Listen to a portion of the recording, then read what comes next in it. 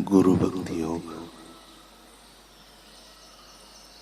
जिस प्रकार पिता या पितामह की सेवा करने से पुत्र या पौत्र खुश होता है, इसी प्रकार गुरु की सेवा करने से मंत्र प्रसन्न होता है। गुरु, मंत्र एवं इष्टदेव में कोई भेद नहीं मानना। गुरु ही ईश्वर है, उनको केवल मानव ही नहीं मानना। जिस स्थान में गुरु निवास कर रहे हैं वह स्थान कैलाश है। जिस घर में वे रहते हैं वह काशी या वाराणसी है। उनके पावन चरणों का पानी गंगा जल स्वयं है। उनके पावन मुख से उच्चारित मंत्र रक्षण करता ब्रह्मा स्वयं ही है। गुरु की मूर्ति का ध्यान का मूल कहा जाता है। गुरु के चरण कमल पूजा का मूल है। गुरु का वचन मोक्ष का मूल है। गुरु तीर्थ स्थान है। गुरु अग्नि है। गुरु सूर्य है। गुरु समस्त जगत है। समस्त विश्व के तीर्थधाम गुरु के चरण कमलों में बस रहे हैं। ब्रह्मा, विष्णु, शिव, पार्वती, इंद्र आदि सब देव और सब पवित्र नदियां शाश्वत काल से गुरु के देह में स्थित है। केवल शिव ही गुरु है। गुरु और इष्टदेव में कोई भेद नहीं है।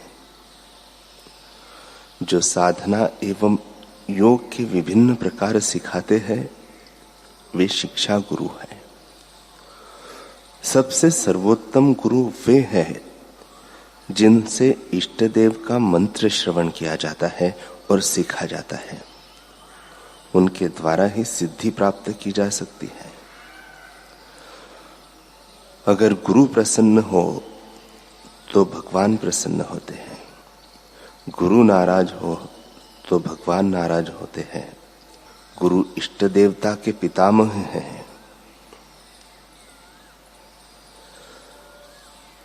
मुमुक्षु जब गुरु भक्तियों का अभ्यास नहीं करता तब ईश्वर के साथ एकरूप होने के लिए आध्यात्मिक मार्ग में प्रवेश करना उसके लिए संभव नहीं होता। जो व्यक्ति गुरु भक्ति योग की फिलॉसफी समझता है वही गुरु को बिन शर्ती आत्मसमर्पण कर सकता है। गुरु भक्ति का योग सच्चा एवं सुरक्षित योग है, जिसका अभ्यास करने में किसी भी प्रकार का भय नहीं है।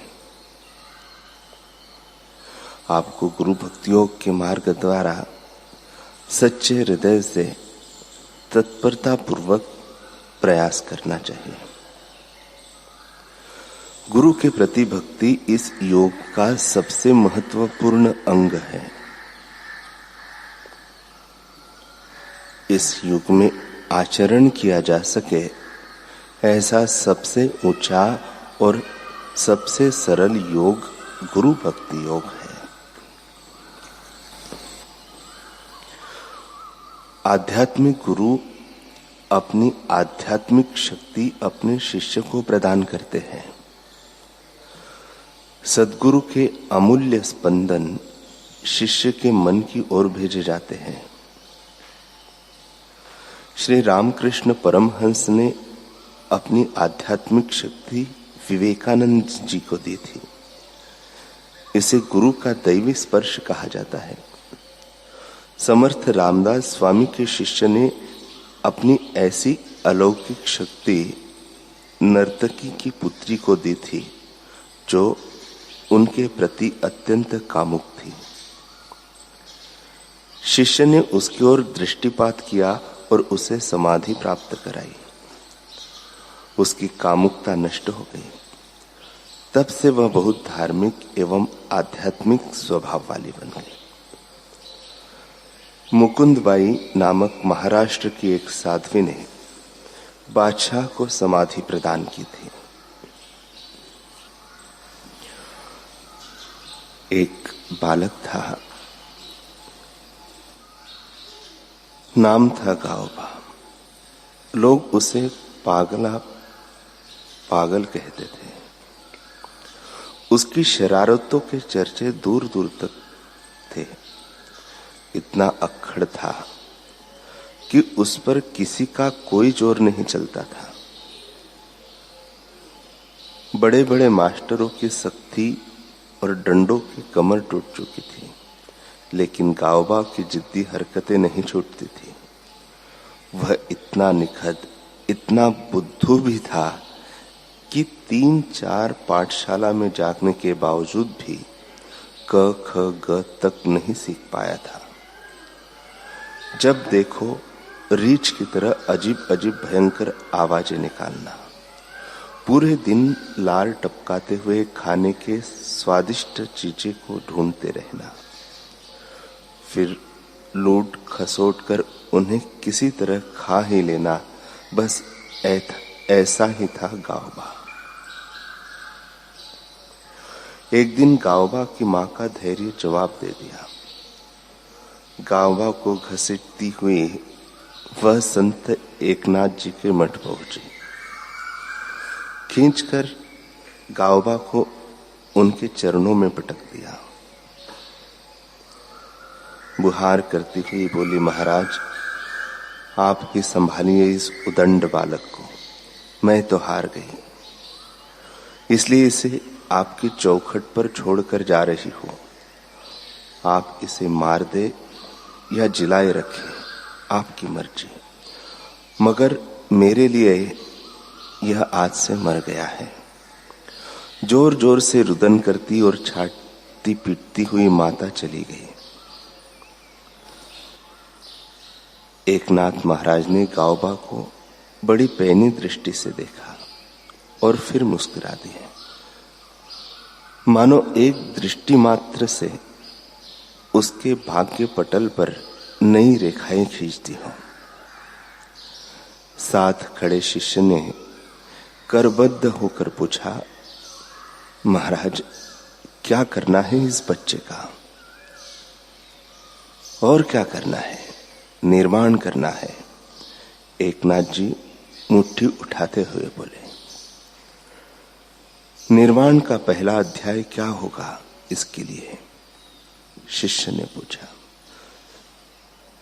इसे खूब खिलाओ, जो चाहे वह दो, ऐसा कहकर एकनाथ जी अपने कक्ष में चले। गाओबा के तो दिन फिर गए, जो चाहता वह मिलता। इसी के चलते वह एकनाथ जी से बड़ा लाड़ लड़ाता। इस लाड़ का लाभ उठाते हुए एकनाथ महाराज ने अपने एक शिष्य को कहकर उसके लिए अध्ययन कक्षाएं शुरू करा दी। यह शिष्य गुरु आज्ञा मानकर रोजाना गाओबा को पढ़ाता, मगर मजाल है इस मूर्ख राज की बुद्धि में एक अक्षर भी उतरा हो। शिष्य ने अपना माथा ठोक लिया, लेकिन गाओबा ही रहा। एक दिन एकनाथ महाराज टहलते हुए वहां पहुंचे जहां शिष्य गाओबा को पढ़ाने का विफल प्रयास कर रहा था। महाराज को पास देखते ही शिष्य ने विनम्रता से प्रणाम किया। गाओबा भी उछलकर तालियां बजाने लगा। महाराज के आगमन पर खुशी जताने लगा। एकनाथ जी आगे बढ़कर चौकी पर विराजमान हो गए। गाओबा को अपने पास ही बैठा लिया, फिर हंसते हुए उससे बोले, कौन हूं मैं? बता क्या नाम है मेरा? गजब घटना घटी। गजब ही कहेंगे इसे, क्योंकि गाओबा पहली बार मानुषी भाषा में बोला। टूटा फूटा ही सही, पर उसने शब्द पूरा किया। एक नाथ। यह सुनते ही एकनाथ जी ताली बजाकर अट्टहास कर उठे।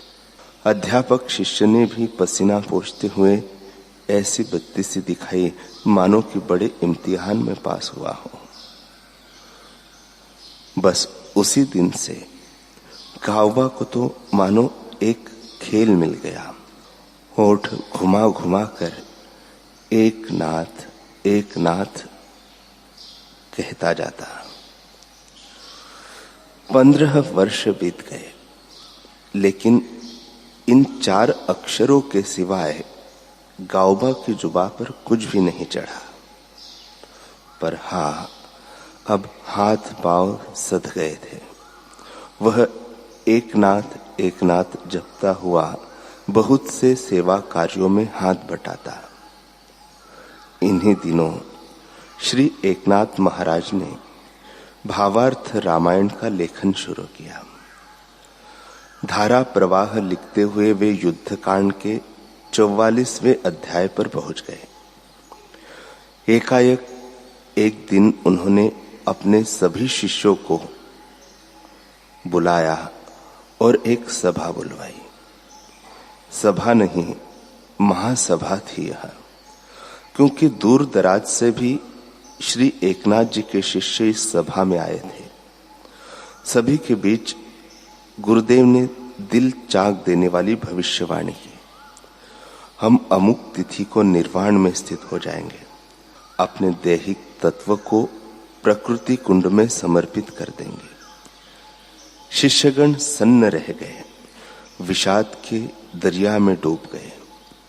सभी ने अपने अपने भावोद्गारों से अपना अपना दुख व्यक्त किया। इसी बीच एक शिष्य ने रूधे कंठ से कहा कि हे नाथ, अभी तो भावार्थ रामायण का लेखन कार्य तक पूर्ण नहीं हुआ है, इसलिए थोड़ा समय और रुक जाते तो।